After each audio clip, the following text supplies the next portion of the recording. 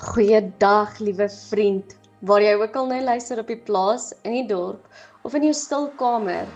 Mag hierdie paar minute vir jou wees, 'n asemteug van vreugde, 'n sagte plek om te rus, 'n kans om weer bewus te word van God se nabyheid. Ek is Dominee Natasha en wat 'n voorreg om weer eens met jou te groei in die woord. Vandag staan ons stil by Thanksgiving, danksegging. En ons kyk ook vorentoe na Advent, die heilige wagtyd van Christus se koms. Ons teks is een van die mees majesteuse dele van die Bybel, Kolossense 1 vers 11 tot 20. Nou voordat ons by die teks kom ons praat vir 'n oomblik oor Thanksgiving. Baie van ons sien Thanksgiving op Amerikaanse flieks, groot tafels, kalkoene, families wat die hande vashou. En ons dink, ag, ons sien dit oralste, dis 'n Amerikaanse ding. Maar dit is nie waar dit begin het nie. En hierdie is die deel waar ek altyd stil word, want die waarheid is baie mooier en baie ouer. Thanksgiving begin nie in Amerika nie. Dit begin in die Bybel. Lank voordat Amerika bestaan het, was danksegging deel van God se mense se geloof. Nou Thanksgiving begin in die Ou Testament. Israel het dankoffers gebring, verskeie, soos byvoorbeeld hulle beste graan, hulle eerste vrugte, hulle dankliedere. Die Hebreëse woord vir Thanksgiving is todah. Dit beteken, ek bring my dank, want God het groot dinge gedoen. Psalms is vol daarvan. Dis vol stemme wat sê, gee dank aan die Here, want hy is goed. Nou daar is briewe uit die jaar 110 na Christus, waar Christene beskryf word as 'n volk wat saamkom om brood te breek. God te dank vir die oorlewing en getuienis 'n deel van sy trou. Hulle het Thanksgiving gevier lank voor moderne lande bestaan het. Nou in 1621, toe die Pilgrims en die Wampanoag inheemse mense saam fees gevier het na 'n moeilike oesjaar, het hulle net gedoen wat God se mense nog altyd gedoen het. Hulle het dankie gesê, maar dit was net 'n weergawe, nie die oorsprong nie. Danksegging Sondag is 'n Christelike praktyk wat 1600 jaar teruggaan. In die 4de eeu het die vroeë kerke reeds Oesdank Sondag gevier. Die Christene het na elke oes 'n Sondag afgesonder om vir God dankie te sê vir die seisoen. Die idee was, ons werk hard, maar God laat groei. Danksegging Sondag is nou wêreldwyd. Baie lande gebruik die laaste Sondag in die kerkjaar om terug te kyk en te sê, Here, dankie vir wat U hierdie jaar gedoen het. Dis soos 'n brug tussen danksegging en Advent. Die dankbaarheid maak jou hart oop om te kan wag. Nou danksegging Sondag word in baie kerke gevier as 'n dag van getuienis en dank. 'n Sondag waar ons sê, Here, ons sien U hand in die jaar wat verby is. Ons weet, reën is nie 'n menslike plan nie. Saad is nie 'n menslike skepping nie. Seisoene gehoorsaam nie ons kalenders nie. God hou alles in stand.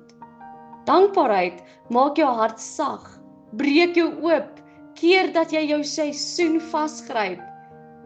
Dis die perfekte begin van Advent, want Advent vra, wag, vertrou, open jou hart.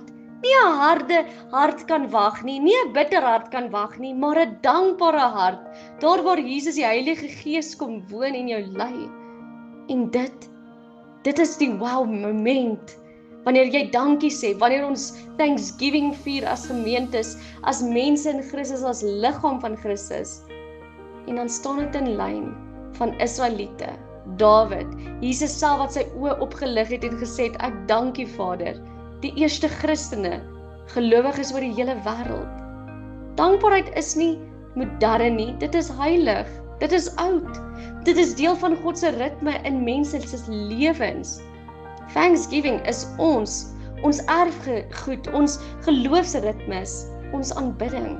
En hoe mooi is dit om te weet, hier, waar ook al jy nou is, staan ons in duisende jare oue tradisie van mense wat God vertrou.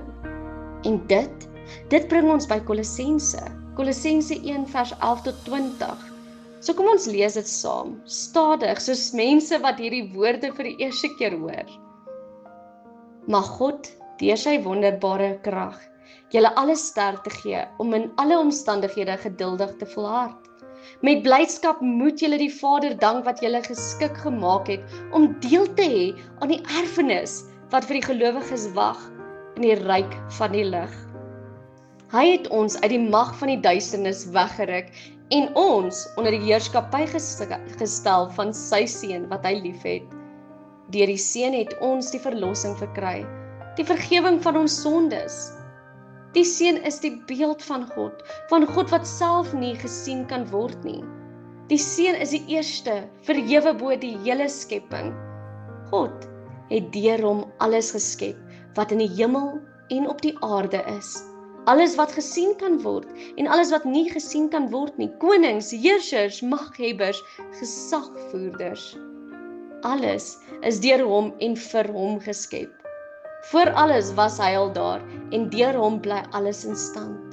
Hy is die hoof van die liggaam, van die kerk. Hy is die oorsprong daarvan.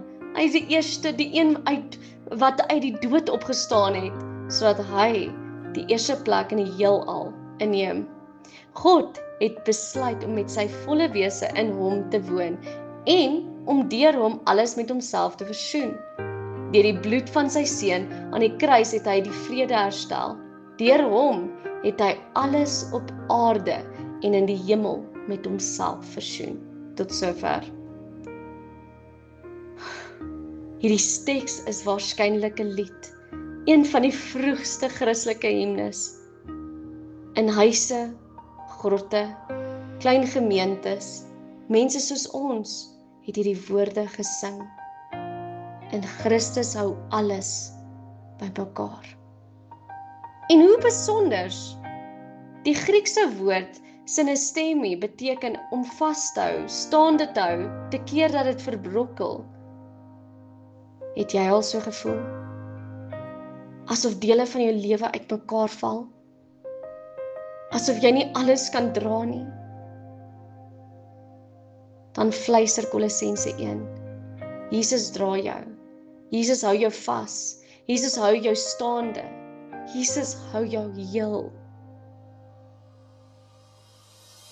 Dit gee vir ons moed vir die advent, die wag vir die lig.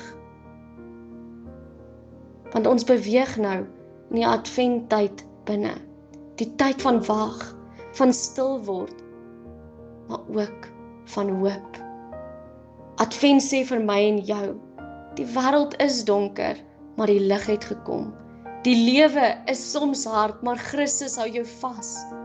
Die legkaart is soms die mekaar, maar hy maak dit weer heel. Ek en jy moet in dankbaarheid leef. En ons kan bring om hom nie net te vier nie, maar hom te leef en te besef, ek en jy is kosbaar, want ons is na die beeld van hom geskape. Jesus hou jou staande, hou jou heel, dra jou, hou jou vas. Kom ons bid saam. Here Jesus Christus, U is die onsigbare God, maar ons sien U oral. U is die draer van die skepping, lig in ons duisternis. Dankie vir hierdie jaar se genade. Dankie dat U elke stukkie van ons lewens dra. Al sien ons dit nie self altyd nie, weet ons dit. Dankie dat U ons hart leer om dankbaar te wees. Here, ons wag op U. Maak ons harte oop vir advent. Kom lig brand in ons huise. Kom vrede bring in ons dorp. Kom hoop gee waar dit lank al stil is. Hou ons by mekaar, Here. Hou ons vas. Hou ons heel. Amen.